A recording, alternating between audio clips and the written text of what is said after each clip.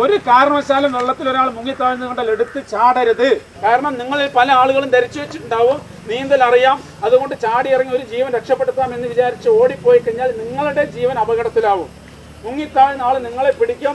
നിങ്ങളെ പിടിച്ചു കഴിഞ്ഞാൽ അവിടെ 3 മിനിറ്റിനുള്ളിൽ നിങ്ങൾക്ക് അവനെ കരക്കി എത്തിക്കാൻ കഴിഞ്ഞില്ലെങ്കിൽ നിങ്ങൾ രണ്ടുപേരും വെള്ളത്തിനടിയിലോട്ട് പോയി മുങ്ങി മരിക്കും. നമുക്ക് ഭക്ഷണം കഴിക്കാതെ വേണമെങ്കിൽ 30 ദിവസം ജീവിക്കാം. പക്ഷെ ശ്വാസം എടുക്കാതെ 3 മിനിറ്റിൽ കൂടുതൽ ഒരാൾക്ക് ഈ ഭൂമിയിൽ ജീവിക്കാൻ കഴിയില്ല. ഇപ്പൊ ഇദ്ദേഹം ഇവിടെ വെള്ളത്തിൽ മുങ്ങി താഴെന്ന് വിചാരിക്കുക. നമ്മള് മുന്നിൽ കൂടെ ഫ്രണ്ടിൽ കൂടെ നീന്തി ഇയാളെ രക്ഷപ്പെടുത്താൻ പോയാൽ, അല്ലെങ്കിൽ അദ്ദേഹം എന്നെ രക്ഷപ്പെടുത്താൻ, ഞാൻ എന്ത് ചെയ്യും? ഇയാളെ മുക്കി താഴ്ത്തും. എന്നിട്ട് ഞാൻ മേലോട്ട് പൊന്താൻ ശ്രമിക്കും. ഒരാൾ വെള്ളത്തിൽ വീണ് കഴിഞ്ഞാൽ അയാളെ എങ്ങനെയാണ് രക്ഷപ്പെടുത്തേണ്ടത്, എന്തൊക്കെയാണ് മുൻകരുതൽ എടുക്കേണ്ടതെന്ന് പറഞ്ഞു തരാം. ബാക്ക് സ്ട്രോക്ക്, പിറകിലോട്ട് നന്നായി നീന്താൻ കഴിയുന്ന ഒരാൾക്ക് മാത്രമേ ജീവനോടുകൂടി ഒരാളെ രക്ഷപ്പെടുത്തി കൊണ്ടുവരാൻ പറ്റൂ. ഇത് ആദ്യം മനസ്സിലാക്കങ്ങളിൽ ശ്രദ്ധിക്കേണ്ട ഒരു കാര്യം, നേരിട്ട് കാണുന്ന ആൾക്ക് വെള്ളത്തിലൊരാൾ അകപ്പെട്ട് കഴിഞ്ഞാൽ അത് ലൈവായിട്ട് ആരാണോ നേരിൽ കാണുന്നത് അവർക്ക് മാത്രമേ ജീവനോടെ രക്ഷപ്പെടുത്താൻ പറ്റൂ.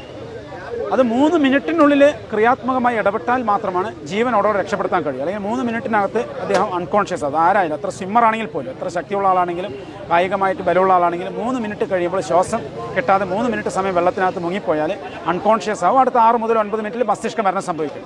അപ്പോൾ ഈ 3 മിനിറ്റിനുള്ളിൽ ആളെ രക്ഷപ്പെടുത്തുന്നതിനുള്ള ടെക്നിക്ക് എന്ന് പറയുന്നത് ഒരു കാരണവശാലും എടുത്ത് ചാടരുത്. വെള്ളത്തിലകപ്പെട്ട ആളുടെ അടുത്തേക്ക് നേരിട്ട് നീന്തിപ്പോയിട്ട് രക്ഷപ്പെടുത്താൻ ശ്രമിക്കുന്നത് റെസ്ക്യൂറിൻ്റെ ജീവൻ അപകടത്തിലാക്കും. അപ്പം അത് ഒഴിവാക്കിക്കൊണ്ട് ആദ്യത്തെ കുറച്ച് സ്റ്റെപ്പുകളുണ്ട്. ആ സ്റ്റെപ്പ് ഒന്നും നടത്തുന്നില്ലെങ്കിൽ മാത്രമേ നേരിട്ട് ഇറങ്ങിച്ചെന്ന് രക്ഷപ്പെടുത്താൻ പറ്റൂ. അതും പിറകുവശത്ത് കൂടെ മാത്രം പോയിട്ട് ഒരാളെ രക്ഷപ്പെടുത്താൻ ശ്രമിക്കേണ്ടത്. ആദ്യത്തെ ടെക്നിക്ക് എന്ന് പറഞ്ഞു കഴിഞ്ഞാൽ ആദ്യം ഷൗട്ട് ചെയ്യുക എന്നുള്ളതാണ്. ആ പ്രദേശത്തുള്ള ആളുകളുടെയൊക്കെ ശ്രദ്ധ ആകർഷിക്കുന്നതിന് വേണ്ടി ഉച്ചത്തിൽ നിലവിളിക്കുകയോ അല്ലെങ്കിൽ സിഗ്നലുകൾ കാണിക്കുകയോ അലേർട്ട് ചെയ്യിപ്പിക്കുകയോ ചെയ്യുന്ന ഒരു മെത്തേഡാണ് ആദ്യത്തെ. പബ്ലിക്കിൻ്റെ ഒരു അറ്റൻഷൻ കിട്ടിക്കഴിഞ്ഞാൽ ആളുകൾ രക്ഷാപ്രവർത്തനത്തിന് എത്തുന്നതിന് വേണ്ടിയിട്ടാണ് അത് ചെയ്യുന്നത്. രണ്ടാമത്തെ ടെക്നിക്ക് എന്ന് പറയുന്നത് റീച്ച് എന്ന മെത്തേഡാണ്.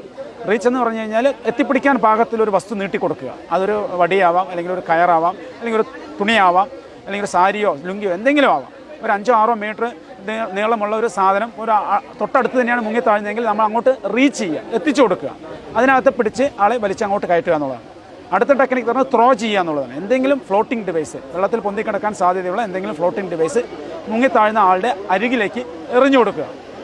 അത് ലൈഫ് ജാക്കറ്റ് ആവാം, ലൈഫ് ബോയ് ആവാം, ഇംപ്രവൈസ്ഡ് ഫ്ലോട്ടിംഗ് ഡിവൈസ് ആവാം, അല്ലെങ്കിൽ പിന്നെ ബോട്ടിൽ ജാക്കറ്റ് ആവാം, ഒരു ക്യാൻ ആവാം, കന്നാസ് ആവാം, എന്തെങ്കിലും ഒരു പാഴ്വസ്തു വെള്ളത്തിൽ പൊന്തിക്കിടക്കുന്ന ഒരു തെർമോക്കോളോ അല്ലെങ്കിൽ ഒരു റബ്ബറിൻ്റെ ട്യൂബോ എന്തെങ്കിലും ആവാം. അപ്പോൾ അതിനകത്ത് പിടിച്ചുകൊണ്ട് അയാൾ നിന്നോളും. പിന്നീട് നമുക്ക് സാവധാനത്തിൽ ആളെ പോയി രക്ഷപ്പെടുത്താം. അടുത്തത് എന്ന് പറയുന്നത് പിന്നെ വെയ്ഡ് എന്നുള്ള മെത്തേഡാണ്. അതായത് വട ഉപയോഗിച്ച് കെട്ടിക്കൊണ്ട് ആളുടെ അടുത്തേ പോയി ആളെ വലിച്ചിങ്ങോട്ട് കയറ്റുക എന്നുള്ളതാണ്. അപ്പോഴും രക്ഷാപ്രവർത്തന സേഫ്റ്റിക്ക് വേണ്ടിയിട്ടാണ് അത് ചെയ്യുന്നത്. അടുത്ത ടെക്നിക്ക് എന്ന് പറയുന്നത് റോ, അതായത് തുഴഞ്ഞെടുത്ത് പോകാൻ എന്തെങ്കിലും ഒരു ഉപകരണം ഉണ്ടെങ്കിൽ, ഒരു വഞ്ചിയോ അല്ലെങ്കിൽ ഒരു ബോട്ടോ അല്ലെങ്കിൽ ഒരു കൊച്ചു വള്ളമോ അല്ലെങ്കിൽ ഒരു റബ്ബറിൻ്റെ ഡിങ്കിയോ എന്തെങ്കിലും ഒരു സാധനം ഉണ്ടെങ്കിൽ അതിനകത്ത് കയറുക, നേരെ മുങ്ങിത്താഴ്ന്ന ആളുടെ അടുത്ത് പെട്ടെന്ന് തുഴഞ്ഞു പോവുക, ആളെ ആ റബ്ബർ ഡിങ്കിക്കകത്തോ അല്ലെങ്കിൽ ആ ബോട്ടിനകത്തോ ആ വള്ളത്തിനകത്തോ വലിച്ചു കയറ്റുക എന്നുള്ളതാണ്. ഏറ്റവും അവസാനത്തെ ഓപ്ഷനാണ് നീന്തിപ്പോയിട്ട് രക്ഷാപ്രവർത്തനത്തിന് പോകുക എന്നുള്ളത്.